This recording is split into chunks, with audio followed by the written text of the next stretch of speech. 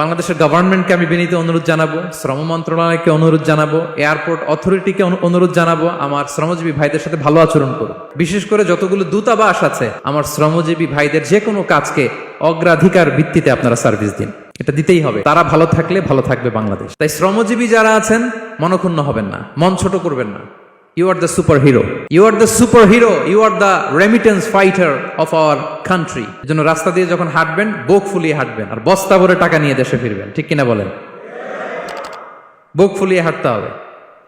এজন্য আমি আমার প্রিয় মাতৃভূমি বাংলাদেশের গভর্নমেন্টকে অনুরোধ করবো, আমাদের শ্রমজীবী ভাইদের যাতে সুবিধা হয় এই ব্যবস্থা আপনাদের করতে হবে। বিনীত অনুরোধ রাখবো। শ্রম মন্ত্রণালয়ে যারা দায়িত্বে আছেন, স্পেশালি তাদেরকে রিকোয়েস্ট করবো, আমাদের শ্রমজীবী ভাইদের যেন কোনো কষ্ট না হয়, কারণ তাদের পাঠানো রেমিটেন্সে সচল থাকে আমার দেশের অর্থনীতির চাকা। তারা ভালো থাকলে ভালো থাকবে বাংলাদেশ। Very simple. ঠিক কিনা বলেন? আমার যে ভাইটা পরিচ্ছন্নতা কর্মী, রাস্তা ক্লিন করে, এয়ারপোর্টে ওয়াশরুম ক্লিন করে, একজন পরিচ্ছন্নতা কর্মী, তারও 20 থেকে 30 হাজার টাকা বাংলাদেশে ঢোকে প্রতি মাসে। আপনি চিন্তা করতে পারেন? হ্যাঁ, 6টা মাস যদি রেমিটেন্স বন্ধ হয়, শ্রীলঙ্কার চেয়েও খারাপ অবস্থায় বাংলাদেশে চলে যাবে। Just only 6 months. ভয়ঙ্কর অবস্থা হবে বাংলাদেশের। এটা আল্লাহর পক্ষ থেকে একটা স্পেশাল রাহমা, মার্সি এন্ড ব্লেসিংস, যে আমাদের রিজিকের তাগিদায় সারা বিশ্বে যে কাজ করতে হয়, আমরা কাজ করি আর দেশে টাকা পাঠাই, আর সচল থাকে আমার দেশের অর্থনীতির চাকা। আলহামদুলিল্লাহ পড়েন।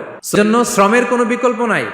নিজ হাতে উপার্জিত অর্থ, নিজ হাতে উপার্জিত কামাই, এটা শ্রেষ্ঠ কামাই। তো আলহামদুলিল্লাহ আজকের অডিয়েন্সের মধ্যে শ্রমজীবী ভাইয়েরা বেশি। আলহামদুলিল্লাহ পড়েন।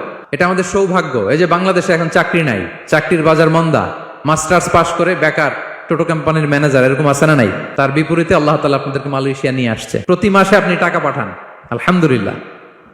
আপনি বাংলাদেশের যে উন্নয়ন, বাংলাদেশের যে ডেভেলপমেন্ট, এই যে স্মার্ট বাংলাদেশ বলে বলে মন্ত্রীরা মুখে ফেনা তুলে ফেলে, এটার গর্বিত অংশীদার আপনি। ঠিক কিনা বলেন? আপনি গর্বিত অংশীদার। You are the contributor, you are the real contributor. আপনার অবদানে বাংলাদেশ আজকে সচল, আলহামদুলিল্লাহ। সো মন ছোট করার কোনো সুযোগ নেই।